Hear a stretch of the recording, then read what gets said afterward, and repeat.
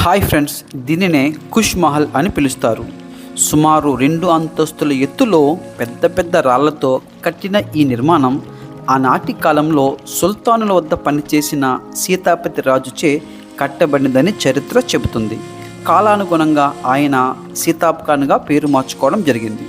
అప్పటి కాలంలో దీనిని వెపన్ స్టోర్గా అంటే ఆయుధశాలగా ఉపయోగించేవారని, తరువాత పబ్లిక్ మీటింగ్ హాల్గా కూడా ఉపయోగపడేదని, అందుకే దీన్ని కుష్ మహల్ అని పిలుస్తారని చరిత్ర చెబుతుంది.